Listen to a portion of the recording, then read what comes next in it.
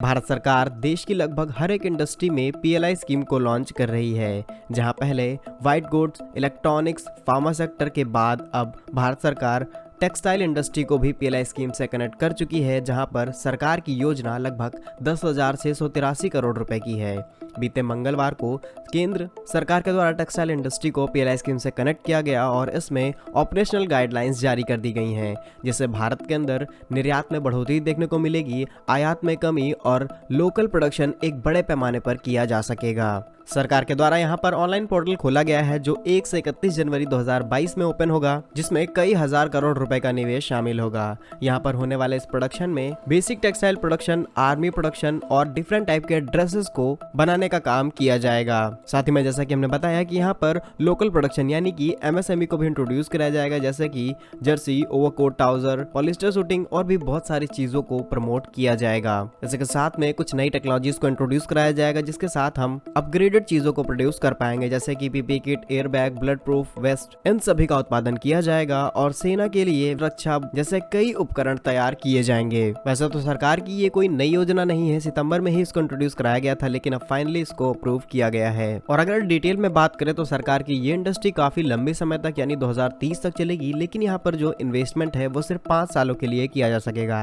ताकि कुछ नई कंपनियां भी यहाँ पर इंट्रोड्यूस कराई जा सकें और नई टेक्नोलॉजी के साथ प्रोडक्शन कर सकें। सो अगर पहले चरण के बारे में बात करें तो यहाँ पर manufacturing plant, machinery, civil work, इन सभी के लिए जो भी कंपनी 300 करोड़ रुपए का निवेश करेगी उस कंपनियों को यहाँ पर अप्रूवल दिया जाएगा। और उसके बाद उत्पादन करने के बाद निर्माण और बिक्री में कम से कम 600 करोड़ रुपए का अगर कारोबार हासिल होता है किसी भी कंपनी को, तो उनको यहाँ पर सब्सिडीज दी जाएंगी। और उसके बाद बात करें जो सेकंड चरण आने वाला है, वहां पर उसी प्लांट में नई और एडवांस मशीनरी लगाने के ऊपर जो भी कंपनी 100 करोड़ रुपए खर्च करेगी उसको ही आगे मैन्युफैक्चरिंग और प्रोडक्शन करने की अनुमति दी जाएगी। ऐसा इसलिए सरकार कर रही है क्योंकि एक चेन में प्रोडक्शन नहीं करना है, हर एक टेक्नोलॉजी को इंट्रोड्यूस कराना है और ज्यादा से ज्यादा आउटपुट हमें लेना है। और उसके बाद सेकंड फेज की इन्वेस्टमेंट के बाद लगभग 200 करोड़ रुपए का टर्नओवर हासिल होगा, तो उनको नए इंसेंटिव भी दिए जाएंगे। सो आने वाले वर्ष 2022 से लेकर के 2023 और 24 तक के बीच में डेटा एनालिसिस करेगी और 25 से लेकर के 30 तक के बीच में जो भी नई कंपनियां आएंगी उन सभी का डेटा पुरानी कंपनियों से कंपेयर किया जाएगा और जो भी कंपनी ज्यादा अच्छी परफॉर्मेंस देगी उसको यहाँ पर सरकार से कई बड़ी छूट मिलने वाली है। और सरकार का ये बड़ा फैसला इसलिए लिया गया है कि कोविड के टाइम पे हमने